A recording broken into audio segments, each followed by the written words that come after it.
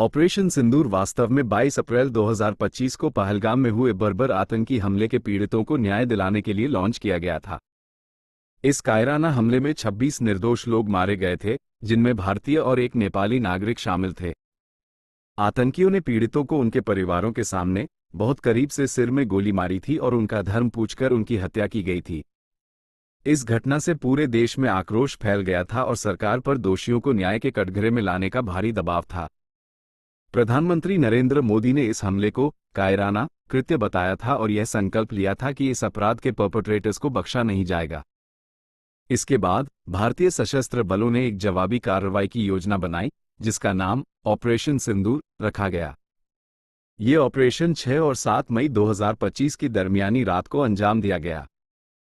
भारतीय सेना, नौसेना और वायुसेना के एक संयुक्त अभियान में पाकिस्तान और पाकिस्तान के कब्जे वाले कश्मीर (POK) में स्थित 9 आतंकी ठिकानों को निशाना बनाया गया और उन्हें सफलतापूर्वक नष्ट कर दिया गया। इन ठिकानों में जैश-ए-मोहम्मद का बहावलपुर स्थित गढ़ और लश्कर-ए-तैयबा का मुरीद के स्थित ठिकाना भी शामिल थे। भारतीय सेना ने सटीक खुफिया जानकारी के आधार पर इन ठिकानों को चुना था, जहां आतंकवादियों को प्रशिक्षित था और भारत में हमलों की साजिश रची जाती थी। ऑपरेशन सिंदूर की सफलता पर बोलते हुए भारतीय सेना के अधिकारियों ने स्पष्ट किया कि यह कार्रवाई पहलगाम आतंकी हमले के पीड़ितों को न्याय दिलाने के लिए की गई थी। उन्होंने ये भी कहा कि भारत आतंकवाद को बर्दाश्त नहीं करेगा और अपनी सुरक्षा और नागरिकों की सुरक्षा के लिए सभी आवश्यक कदम उठाएगा। इस ऑपरेशन को देश भर में व्यापक समर्थन मिला। पीड़ितों के परिवारों ने सरकार और सेना के इस कदम की सराहना की और कहा कि इससे उन्हें कुछ हद तक शांति मिली है।